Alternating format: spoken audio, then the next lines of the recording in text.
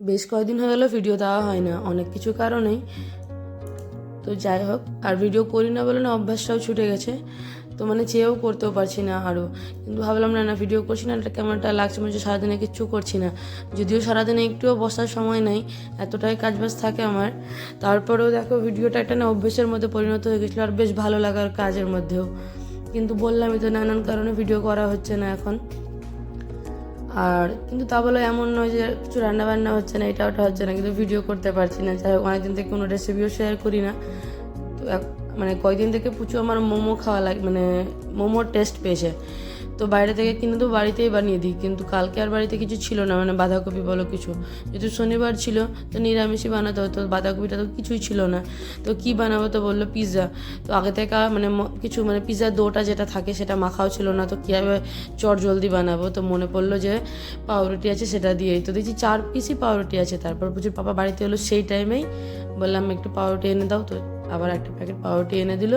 দিয়ে দেখো এই যে বাড়িতে এই টমেটো সস ছিল, মেয়োনিজ, এই হেলমেন্স, এর মেয়োটা দারুণ।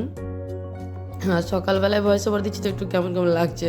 তো চলো, মানে হয় না, অনেক দিন হলো অভ্যেস ছুটে গেছে, যেটা বলছিলাম। তো এই মেয়োনিজ, একটু অরিগানো, একটু চিলি ফ্লেক্স এভাবে দিয়ে, আর প্রথম লেয়ারটাতে পিৎজা পাস্তা সস যেটা হয় সেটা দিয়ে তারপর চিজটা দিয়েছিলাম। আর দ্বিতীয়টাতে তো দেখলাম এই যে এই কোবেক, এটা দিয়ে একটু মানে যদিও নিচে লাগে না, তবুও মানে হয় না, এর আগের আমার মানে ওটিজির যেটা প্লেটটা ছিল সেটা আমি ডাইরেক্ট বসাতাম, তো কিছু চিজ টিজ পড়লে না ওটা মানে ধোয়াধোয়ি করতে খুব অসুবিধা হতো। তাই জন্য এই কোবেকের পেপারটা দিয়ে দিলাম। তার উপরে দেখো যে ওপরেরটাতে একটু মেয়োনিজ, একটু টমেটো কেচাপ